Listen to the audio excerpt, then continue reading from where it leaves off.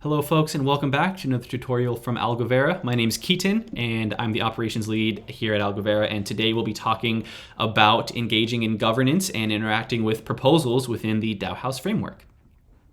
So I'm back in our walkthrough DAO here, which is the test DAO that we've set up. Again, from the last tutorial, you'll know this is where the overview of your standing in the DAO is, which is just the main page. What we're going to be looking at today is how to engage in proposals within the DAO. So in DAOHaus, proposals are used for everything from funding, so moving funds into or out of the DAO. It can be used for trading value within the DAO, which we'll talk about here in just a minute. And the proposal function can also be used to kick out malicious actors who have made their way into the squad if they are doing things that are contrary to the DAO's actual goals. So what we can see here is we have two examples of pending proposals here in this walkthrough DAO. And you'll notice right off the bat that there's this approve action on each proposal. So let's go into a proposal and see what this actually means here. So basically, the way that proposals function in DAOHaus is a member actually has to sponsor a proposal, which essentially prevents malicious actors and bots from spamming proposals within a DAO.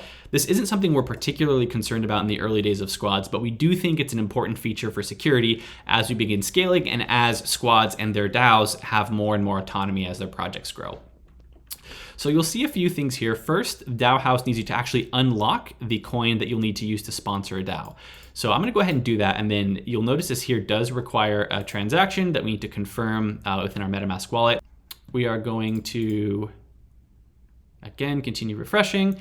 And again, that transaction went through, and so now you'll see that this is actually unlocked and I can actually sponsor the transaction. So again, keep in mind here, I had to wait a couple minutes after attempting that first transaction.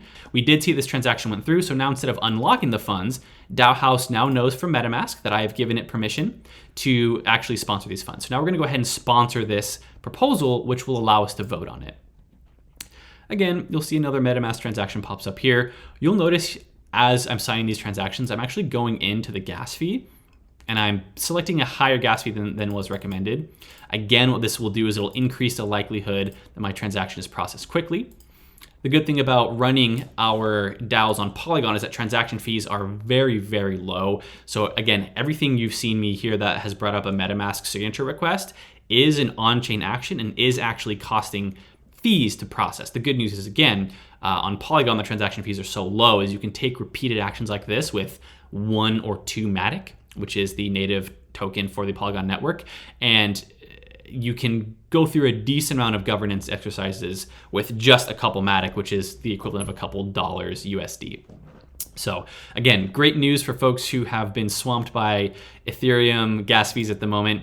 Again, here, what I'm doing is I've sent out funds to sponsor this proposal, meaning that I have deposited 0.05 USDC from my wallet into the DAO treasury. So we should see that reflected here. So this is still my current amount. This should go down by 0.05 once this actually gets reflected in the UI in MetaMask and of course in the UI in DAOHaus.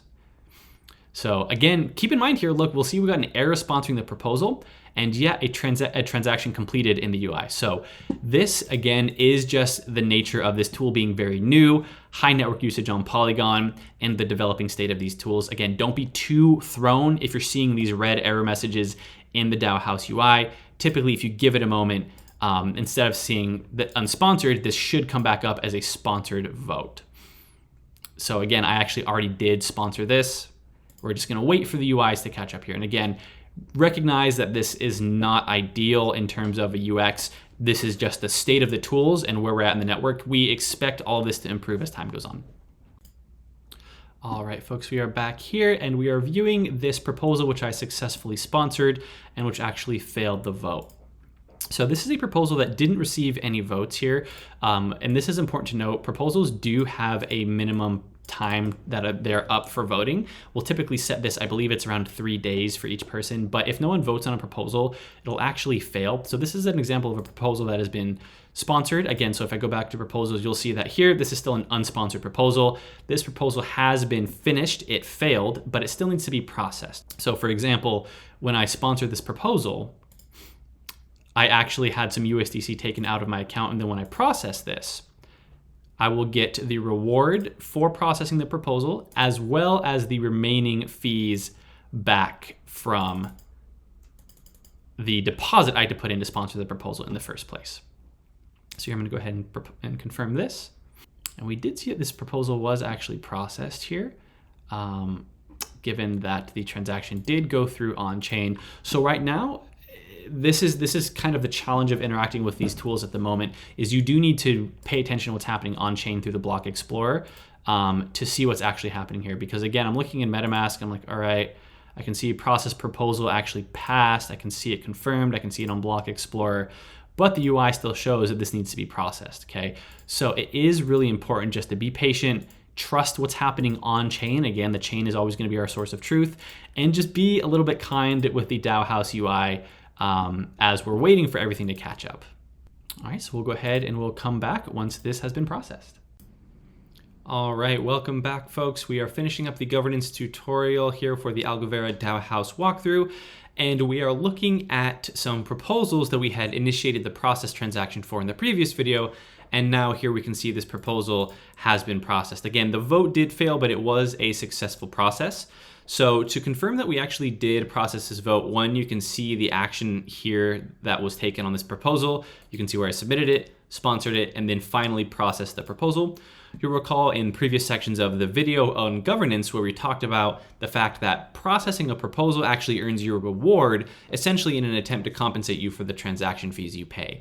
So now if I go down here to my profile, you'll see I'll actually have a balance within the DAO here, which is reflective of the fact that I had processed funding proposals and also sponsored them, which causes me to put a deposit in as well. So this is the end of the process of having processed through an entire vote from a proposal that is unsponsored to sponsored, and then all the way through to pass or fail, and the reward from the processing deposit here reflected in my DAO balance.